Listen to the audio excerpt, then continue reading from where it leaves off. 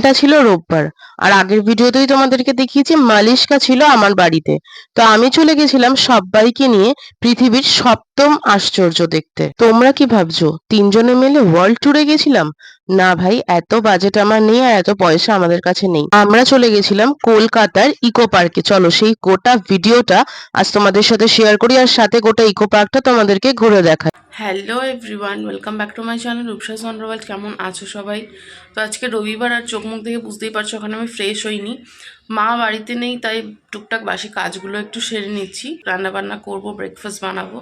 মালিশকা এসছে, তো মালিশকা এখনও ঘুমাচ্ছে, ঐশ্রা মালিশকা এখনও ওঠেনি। আর সকালের ব্রেকফাস্ট কি বানাবো, দুপুরে লাঞ্চ বানিয়ে আমরা একটু বেরোবো। সো তোমরা তো জানোই যে রোববার করে আমরা বেরোই, তো আজকেও বেরোবো। আজকে খুব ইন্টারেস্টিং একটা জায়গায় যাব, তো পুরোটাই তোমাদের সাথে শেয়ার করব। গুড মর্নিং সবাইকে। ঘড়িতে বাজে সকাল 9:45। বাইরে কিন্তু বেশ চড়া রোদ বেরিয়েছে। দিনটা আজকে রবিবার, তাই বাড়িতে বসে থাকলে তো আমাদের চলবে না। আর ঐশ্রী কিন্তু এখানে খুব সুন্দর করে ঘুমোচ্ছে। এখন ঐশ্রীকে তুলবো না, একটু পরে তুলবো। মালিশকা গেছে ফ্রেশ হতে। আমি আর মালিশকা আগে সকালের ব্রেকফাস্টটা করি, তারপর দুপুরের রান্না বান্না সেরে আমরা একটু বেরোবো ইকো পার্কে। ভিডিওর টাইটেল আর থাম্বনেল দেখে তো বুঝেই গেছো যে আমরা ইকো পার্কের 7 ওয়ান্ডার্স দেখতে যাব। সো প্রথম থেকে শেষ পর্যন্ত পুরো ব্লগটা দেখতে থাকো, দারুণ মজাদার একটা ব্লগ হতে চলেছে। পুরোটাই তোমরা দেখতে থাকো আর চ্যানেলটাকে সাবস্ক্রাইব করে দাও, যাতে এরকম ভিডিও আরো তোমাদেরকে উপহার দিতে পারি। তো দুপুর বাজে প্রায় 3টে, খাওয়া দাওয়া আমাদের হয়ে গেছে। আর এখানে আমরা রেডি হয়ে গেছি। রেডি হয়ে দুই বন্ধু মিলে আয়নার সামনে দাঁড়িয়ে একটু ঢং করে নিলাম, ভিডিও করে নিলাম। তারপর আমরা বেরিয়ে পড়লাম ইকো পার্কের উদ্দেশ্যে। আর আমি এখানে রাস্তা দিয়ে হেঁটে যাচ্ছি, মালিশকা আর ঐশ্রী ওখানে দাঁড়িয়ে বোধহয় কিছু কথা বলছিল। কি করছিস এটা? জ্যাকেট পরছি। রবিবারের দুপুরে তো সবাই খেয়ে দিয়ে ভাত ঘুম দিতে ব্যস্ত। তো এখানে আমি, মালিশকা আর ঐশ্রী আমরা অনেকক্ষণ ধরে টোটোর জন্য ওয়েট করছিলাম। আর আমার বাড়ি থেকে দিল্লি রোড অনেক কাছে। তো দিল্লি রোড ধরে বাসে করে আমরা সোজা চলে যাব ইকো পার্ক। আর যাওয়ার সময় এরকম একটা লেক পড়ে, যে জায়গাটা কিন্তু দেখতে আমার খুব সুন্দর লাগে, ভালো লাগে। আমি মাঝে মাঝেই এখানে আসি। গরমটা কিন্তু সেদিন বেশ ভালোই পড়েছিল, মানে শীতের মধ্যেও একটা গরম ভাব কিন্তু ভালোই ছিল। মাথার উপরে রোদ্দুরটা দেখতে পাচ্ছ, একদম হাঁ করে তাকিয়ে রয়েছে। প্রচন্ড রোদ। দিল্লি রোডটা দেখতে পাচ্ছ একদম তেতে পুড়ে যাচ্ছে। রোড একদম ফাঁকা। বাসের জন্য ওয়েট করতে করতে বাস চলে এলো, আর আমরা শটাং সেই বাসে উঠে পড়লাম। প্রথমে ভেবেছিলাম শাটল গাড়ি যেগুলো হয়, যেগুলোতে শেয়ারে যাওয়া যায়, সেগুলোতে যাব। কিন্তু অনেকক্ষণ দাঁড়িয়ে থাকার পর যখন এই বাসটা পেলাম, তখন ভাবলাম আর অপেক্ষা করে লাভ নেই, সময়টা চলে যাচ্ছে। অলরেডি 3:45 বাজে, আমাদের বাড়ি থেকে বেরোতে 3:30 হয়ে গেছিল। সেই জন্য এই বাসে করেই যাওয়া যাক। দিল্লি রোডের রাস্তাটা কিন্তু খুব সুন্দর। তোমরা যারা এসেছো বা দিল্লি রোড দিয়ে যাতায়াত করো, তারা হয়তো জানবে যে দিল্লি রোডের রাস্তাটা ভীষণ স্মুথ আর ভীষণ ভালো লাগে। চারপাশটা দেখতেও খুব ভালো লাগে দিল্লি রোডের ব্রিজটা দিয়ে যখন আসা হয়। তো আমরা এখানে চলে গেছি নিউ টাউনে। পৌঁছে গেছি আমরা। বাস আমাদের একদম ঠিক জায়গায় নামিয়ে দিয়েছে। আমরা নেমেছিলাম ইকো পার্কের 4 নম্বর গেটের সামনে, মানে নবাবপুর স্টপেজে। যেখানে বাস নামিয়েছে সেই রাস্তাটা ক্রস করে উল্টো দিকে যেতে হবে, কারণ আমরা যেদিক দিয়ে এসেছি সেই দিক থেকে এলেই ইকো পার্কটা উল্টো দিকে, মানে রাস্তার উল্টো দিকে পড়ে।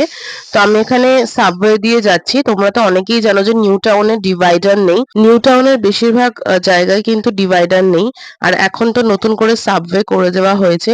আগে এই রাস্তাটা হেঁটেই ক্রস করা যেত, একটা ফাঁকা জায়গা ছিল, কিন্তু এখন কিন্তু সেটা নেই। তো সাবওয়ে করে দেওয়া হয়েছে, which is safe, very safe, মানে এটা একদমই উচিত। খুব ভালো হয়েছে জিনিসটা। এখানকার সাবওয়েতে আমি প্রথমবার আসলাম। তো আমরা এসকেলেটরে উঠে গেছি। এখন আমরা রাস্তার ওই পার থেকে এই পারে আসলাম ইকো পার্কে যাওয়ার জন্য। সাবওয়ে থেকে নেমে গেছি, এবার আমরা সোজা চলে যাব ইকো পার্কের সামনে। তোমাদেরকে জানিয়ে রাখি, ইকো পার্কে কিন্তু টোটাল 5টা গেট আছে। আর ইকো পার্কটা অনেকটাই বড়, তোমরা একদিনে কিন্তু ঘুরে শেষ করতে পারবে না। ইকো পার্কের সমস্ত ইনফরমেশন আমি তোমাদেরকে জানাবো। তার আগে দেখিয়ে দিই, এই যে আমরা রোড ক্রস করে সাবওয়ে থেকে এসে রাস্তার এই পারে চলে এসেছি। এবার আমরা এগিয়ে যাচ্ছি ইকো পার্কের 4 নম্বর গেটের দিকে। সামনে দেখো, দেখতে পাচ্ছ লেখা আছে ইকো পার্ক গেট নাম্বার 4। এইটা বেসিক্যালি পার্কিং লটের দিকটাই পড়ে।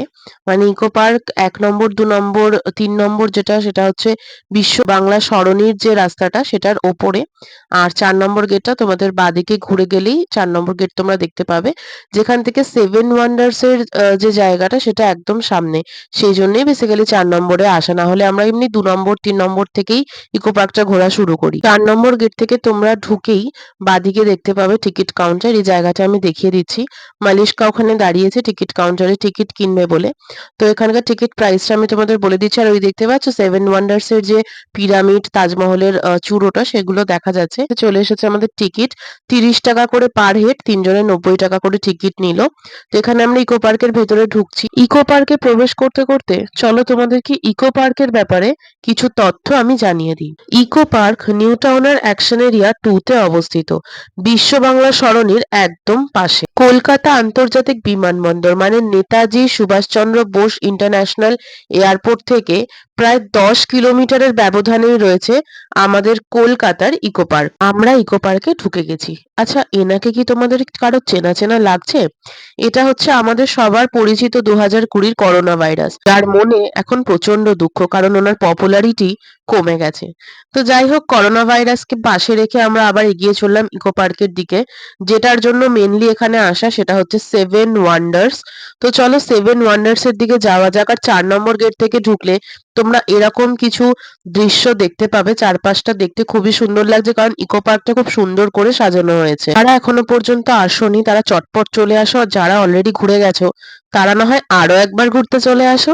তো চলো আমরা সেভেন ওয়ান্ডার্স এর টিকিট কাউন্টারের দিকে এগিয়ে যাই। ওই যে দূরে লাইনটা দেখছো, হ্যাঁ ঠিকই দেখেছো, সেভেন ওয়ান্ডার্স দেখার জন্য এত এত লোকের ভিড়। এমনিই রোববার, তার ওপর লোকজন তার ফ্যামিলি, তার বন্ধু বান্ধব, প্রিয় মানুষজনদের নিয়ে চলে এসেছে ইকো পার্কে সময় কাটাতে। আর তার সাথে সেভেন ওয়ান্ডার্স দেখার জন্য তো এত বড় লাইনে দাঁড়াতে হবে। ইকো পার্কে সেভেন ওয়ান্ডার্স দেখার জন্য কিন্তু আলাদা করে আমাদের টিকিট কাটতে হয়েছিল। শুধু আমাকে কেন, প্রত্যেকেই, তোমরা যারা সেভেন ওয়ান্ডার্স অফ ওয়ার্ল্ড দেখতে চাও ইকো পার্কে এসে, তাদের কিন্তু আলাদা করে টিকিট কাটতে হবে। আর টিকিট প্রাইস ছিল মাত্র ৩০ টাকা করে। তো চলে এসেছি আমরা ভেতরে। আর এখানে মালিশকাকে দেখতে পাচ্ছ, কত খুশি এখানে, কারণ ৭টা আশ্চর্য ও একসাথেই দেখতে পাবে। আর অষ্টম আশ্চর্য তো আমরা নিজেরাই। তো যাই হোক, চলো প্রথমে তোমাদের এক একটা করে আমি বিবরণ দিয়ে দিচ্ছি। প্রথমেই আছে the great pyramid of Giza. গিজার গোরস্থানের ৩টি পিরামিডের মধ্যে সবচাইতে পুরনো এবং বড় পিরামিড, যেটা বর্তমান মিশরের এল গিজা নামক স্থানে রয়েছে। মিশরের সবচেয়ে বড়, পুরনো এবং আকর্ষণীয় পিরামিড হচ্ছে গিজার পিরামিড, যা খুফুর পিরামিড হিসেবে পরিচিত। এটি তৈরি হয়েছিল প্রায় ৫,০০০ বছর খ্রিস্টপূর্বাব্দে।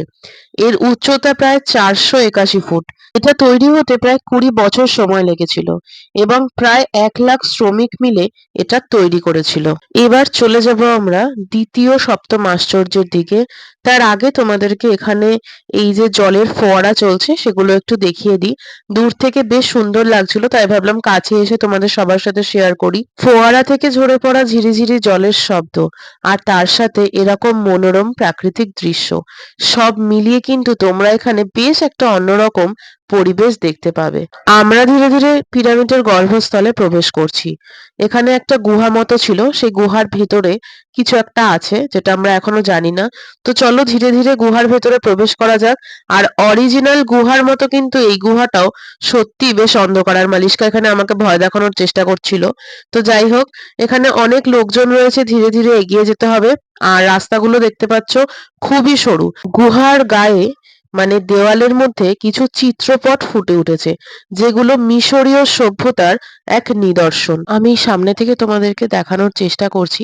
একটু ভালো করে দেওয়ালে লক্ষ্য করলে তোমরা বুঝতে পারবে, গুহার প্রতিটা দেওয়ালের প্রতিটা কোনায় কোনায় কিন্তু তখনকার মানুষের জীবনধারা, তাদের ব্যবহৃত জিনিসপত্র, পরিস্থিতি, অবস্থান সবকিছু ফুটিয়ে তোলা হয়েছে, যেটা দেখলে তোমরা তখনকার মিশরীয় সভ্যতার জীবনযাত্রা এবং আরো বিভিন্ন ধরনের তথ্য বুঝতে পারবে। মিশরীয় সভ্যতার ইতিহাস এবং তার বর্ণনা তো আমরা প্রত্যেকেই ছোটবেলায় সব্বাই পড়েছি। তো মিশরীয় সভ্যতা দেখে এবার চলো এগোনো যাক। এখানে আমরা পিরামিডের গুহার বাইরে চলে এসেছি। ছোট ছোট এখানে আরো প্রচুর পিরামিড আছে। চারপাশটা দেখতে দেখতে হঠাৎই আমাদের চোখে পড়লো এই সুন্দর সূর্যাস্তটা। ঝটপট এই সুন্দর সূর্যাস্তটা আমি ক্যাপচার করে নিলাম, যাতে আমার সাথে সাথে তোমাদেরকেও আমি এটা দেখাতে পারি। এতক্ষণ এই পিরামিডটা সম্পর্কে যা বললাম সবটাই কিন্তু এখানে লেখা আছে। তোমরা যদি কখনো আসো অবশ্যই লেখাগুলো দাঁড়িয়ে দাঁড়িয়ে পড়তে পারো, তাহলেই সবটা বুঝতে পারবে। এগিয়ে চলেছি আমরা পৃথিবীর দ্বিতীয় আশ্চর্যের দিকে। মিশর থেকে এবার সোজা চলে যাচ্ছি আমরা আরবে। তো চলো এগোনো যাক। মাঝখানে এরকম একটা ব্রিজ মতো আছে, তারপরেই রয়েছে পৃথিবীর দ্বিতীয় আশ্চর্য, পেট্রা। একটি গ্রিক শব্দ, আরবি ভাষায় যেটাকে বলে আলবুত্রা, যেটি একটি প্রাচীন আরব শহর। বর্তমান জর্দানের দক্ষিণ পশ্চিমের শহর ওয়াদি মুসার ঠিক পূর্বে হুর পাহাড়ের পাদদেশে যার অবস্থান। ২৪০০ থেকে ২২০০ বছর আগে এটি ছিল নাবাতীয় রাজ্যের রাজধানী। পেত্রা শহরটা মূলত একটি অত্যন্ত সুরক্ষিত দুর্গ ছিল। এটি বিখ্যাত তার অসাধারণ প্রাকৃতিক সৌন্দর্য আর গুরুত্বপূর্ণ স্তম্ভগুলোর জন্য। এটা তৈরি হয়েছিল গুহার মধ্যে, যা কোথাও কোথাও মাত্র ১২ ফুট চওড়া। মাথার ওপরে পাথরের দেওয়াল রয়েছে।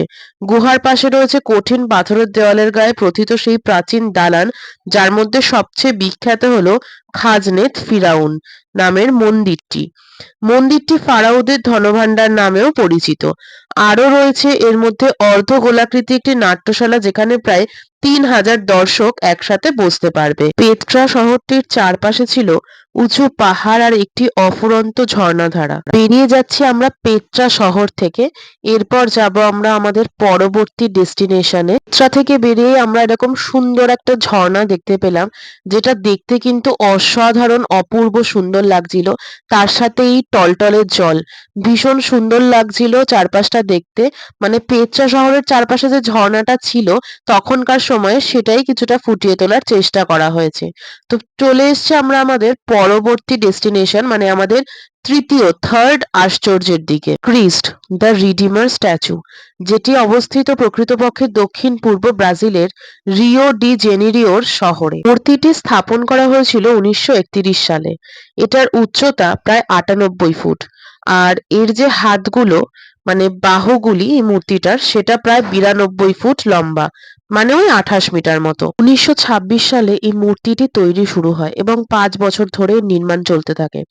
সেই সময় রেলপথের মাধ্যমে শ্রমিক ও শ্রমিকদের নিয়ে যাওয়া হয়। চলে এসছি আমরা আমাদের চতুর্থ আশ্চর্য, মোয়াই স্ট্যাচুর কাছে। মোয়াই হচ্ছে রাপা নুই দ্বীপে আগ্নেয় শিলার ওপর খোদাই করা অনেকগুলো মূর্তি। এক একটা মূর্তির ওজন প্রায় ১২.৫ টন এবং তার উচ্চতা প্রায় ১৩ ফুট মতো হবে। অবশ্য একটি অসম্পূর্ণ মূর্তি পাওয়া গেছে। যদি এটি সম্পূর্ণ হয় তবে তার উচ্চতা হতে পারে প্রায় ৫৯ ফুট এবং ওজন হতে পারে ১৪৫ থেকে ১৬৫ টন। এ পর্যন্ত ৯০০-টিরও অধিক মোয়াই সম্পর্কে জানা গেছে, কিন্তু বর্তমানে ৩৯৪টি মোয়াই দেখা যায়। আজকে আমি পৃথিবীর বিভিন্ন কোণায় অবস্থিত ৪টে আশ্চর্যের ব্যাপারে তোমাদেরকে তথ্য দিলাম এবং দেখালাম। এর পরের ভিডিওতে বাকি ৩টে আশ্চর্য তোমাদের দেখাবো এবং তার বিষয়ে আমি যতটুকু জানি ততটুকু তোমাদের সাথে শেয়ার করব। কারণ একটা ভিডিওতে যদি আমি পুরো ডিটেলসটা শেয়ার করতে যাই, ভিডিওটা অনেক বড় হয়ে যাবে। তো কেমন লাগলো আজকের ভিডিও অবশ্যই কিন্তু আমাকে জানাও। আমার তথ্যগুলো জেনে তোমাদের কেমন লেগেছে সেটাও কিন্তু আমাকে কমেন্ট করে জানাও। ভিডিওটা ভালো লাগলে অবশ্যই লাইক, কমেন্ট, শেয়ার করে দিও আর চ্যানেলটাকে সাবস্ক্রাইব করে দাও। তবেই তো তোমাদেরকে নিয়ে এগোতে পারবো আর এরকম মজাদার ভিডিও উপহার দিতে পারবো। নেক্সট আবার তোমাদের সাথে দেখা হচ্ছে পৃথিবীর আরো ৩টে আশ্চর্য নিয়ে।